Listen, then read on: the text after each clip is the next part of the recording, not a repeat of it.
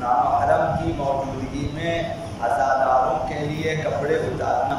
قمیص اتار کے ماتم کرنا کہ وہاں نامحرم موجود ہو۔ اس سلسلے میں سوال کیا ہے کہ عزاداری کرتے وقت عورتوں کی موجودگی میں مردوں کا لباس اتار کر ماتم کرنا جائز ہے یا نہیں؟ عام طور پر دستوں میں نوجوان قمیص اتار لیتے ہیں اور ماتم کرتے ہیں۔ اس سلسلے میں جواب میں حضرت امام راحل حضرت آیت اللہ خامنائی، حضرت فاضل لنگرانی، آیت اللہ نوری، انہوں نے فرمایا اگر فساد کا باعث نہ ہو تو جائز ہے۔ فساد یہ ہے کہ جو ہے نگاہ حرام، نگاہ لذت آمیز اور خوف گناہ وغیرہ اگر ہے تو پھر جائز نہیں ہے، اگر یہ چیزیں نہ ہوں تو جائز ہے۔ اور لیکن یہ جوانوں کے لیے، ان کے لیے جائز ہے کہ قمیص اتار کر ماتم کریں، لیکن عورتوں کے لیے نامحرم کی طرف دیکھنا حرام ہے۔ تو گھروں میں اپنی خواتین کو بتانا چاہیے کہ جب لباس اتارے جاتے، اس میں اور چہرہ دیکھنے میں فرق ہے۔ لباس اتارا ہوا شخص غیر عادی ہے، اس پہ حجاب نہیں ہے، وہ جو واجب حجاب ہے مردوں کے لیے، یہ خواتین جو ہیں انہیں تو یہ بدن چہرہ دیکھنا جائز ہے بغیر مثلا قصد لذت کے، بغیر خوف گناہ کے، لیکن بدن دیکھنا جائز نہیں ہے۔ تو خواتین چاہے وہ سڑکوں پہ جو ہے ایسے دستوں کو دیکھنے کے لیے آتی ہیں یا ٹی وی چینل پہ کہ نوجوانوں نے مثلا قمیص اتارے ہوئے ہیں اور مثلا خواتین عزاداری کے نام پہ تماشا کریں، وہ جائز نہیں ہے۔ عام لباس میں اگر جو ہے مردوں نے ماتم کیا ہے تو ان کو خواتین دیکھ سکتی ہیں، لیکن جب لباس نہ ہو نوجوانوں کے جسم پہ، خواتین کے لیے ایسے مردوں کے جسم کی طرف دیکھنا حرام ہے اور گناہ۔ حضرت آیات اعظام آیت اللہ سیستانی، آیت اللہ مکارم، آیت اللہ تبریزی، آیت اللہ خوبی اور آیت اللہ بہجت، ان کا فتویٰ یہ ہے احتیاط واجب کی بنا پر مردوں کو ایسے امر سے پرہیز کرنا چاہیے۔ حضرت آیت اللہ سیستانی کے مقلدین، ان کے لیے بنا پر احتیاط واجب حضرت آیت اللہ مکارم مثلا کہ نوجوان جو ہیں جہاں عورتیں موجود ہوں وہاں لباس اتار کے ماتم نہ کریں۔ آپ نے عبادت کرنی ہے، کوئی نمود و نمائش تو آپ نے کرنی نہیں ہے، تو آپ کے لیے کیا فرق پڑتا ہے کہ آپ قمیص کے ساتھ ماتم کریں یا بغیر قمیص کے؟ جب آپ کے آیات اعظام نے کہا احتیاط کریں کہ وہاں خواتین سڑکوں کے دائیں بائیں بیٹھ کے دیکھ رہی ہیں، تو آپ بغیر قمیص جو ہے قمیص اتار کے ماتم نہ کریں، یہ احتیاط۔ حضرت آیت اللہ عراقی اور حضرت آیت اللہ گلپائگانی، انہوں نے فرمایا ایسے کوچوں اور بازاروں میں سینہ زنی کرنا جہاں سے عورتیں گزرتی ہوں، اگر ماتمی شرٹ پہنے ہوئے ہوں تو کوئی حرج نہیں ہے، یعنی وہ جو بنیان یا شرٹ وغیرہ پہن کے ماتم کرتے ہیں تو پھر ٹھیک ہے، لیکن اگر بالکل جو ہے جسم ننگا ہے تو پھر یہ ان کے لیے جائز نہیں ہے، یعنی جب خواتین وہاں سے گزرتی ہیں اس وقت جائز نہیں۔ عام حالات میں قمیص اتار کے ماتم کرنا جائز ہے۔ آداب عزاداری کے سلسلے میں ایک ادب یہ ہے کہ عاشور کے دن بالاخص اور باقی محرم کے ایام میں بالعموم زیارت عاشورہ پڑھنا ہے۔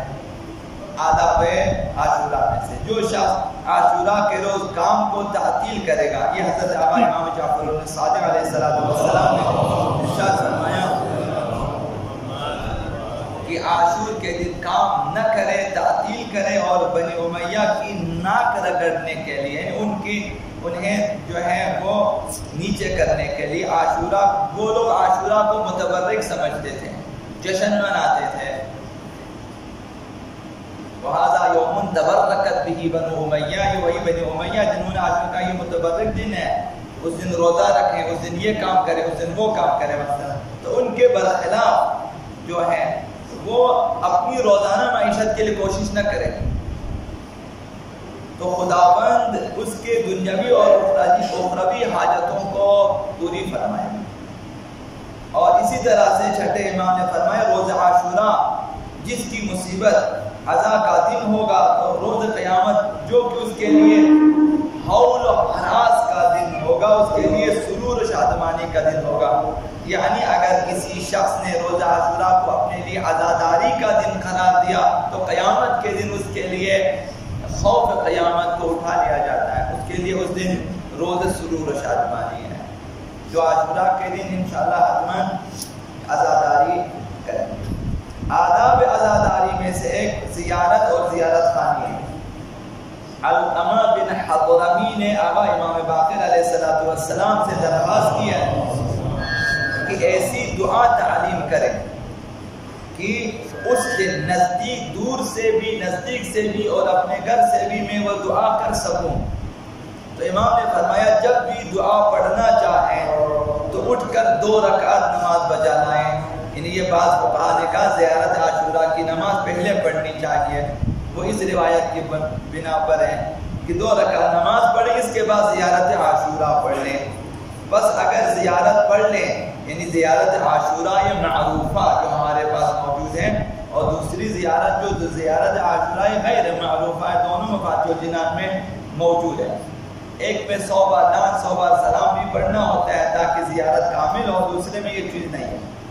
تو زیارت عاشوراء پڑھ لیں تو گویا تو نے ان کلمات سے دعا کی ہے جن کے ذریعہ ملائکہ آقا عبداللہ حسین کی زیارت کے لیے دعا کرتے ہیں۔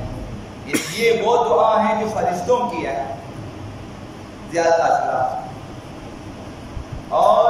ہزار یعنی 10 کروڑ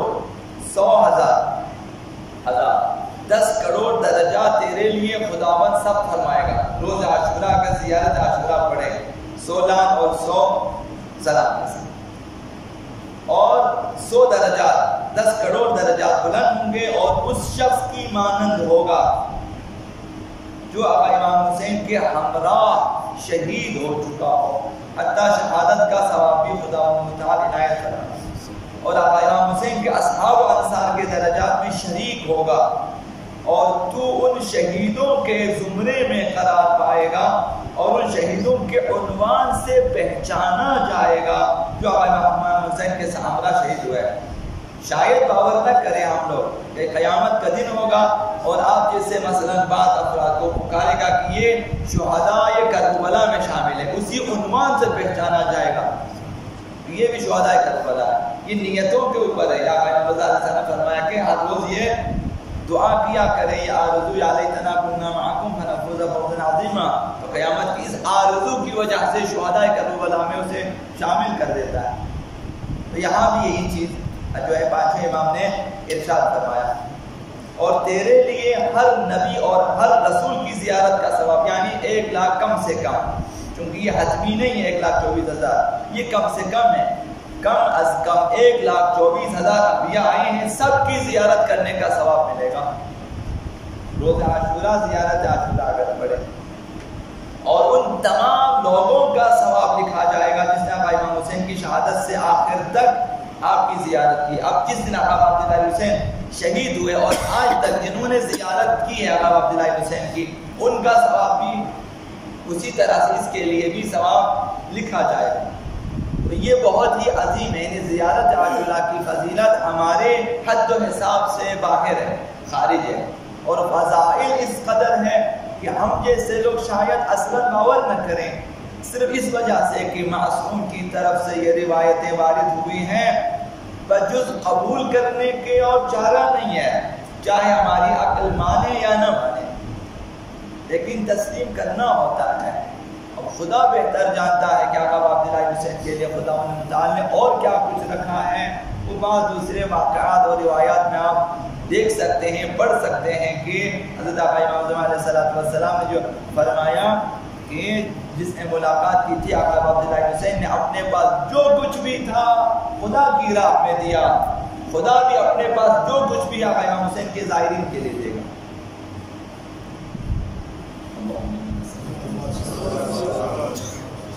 باسمك العظيم الأعظم الأعز الأجل الأكرم يا الله يا الله يا رحمن يا رحيم يا مقلب القلوب ثبت قلوبنا على دينك اللهم اهدنا من عندك وافض علينا من فضلك وانشر علينا من رحمتك وانزل علينا من بركاتك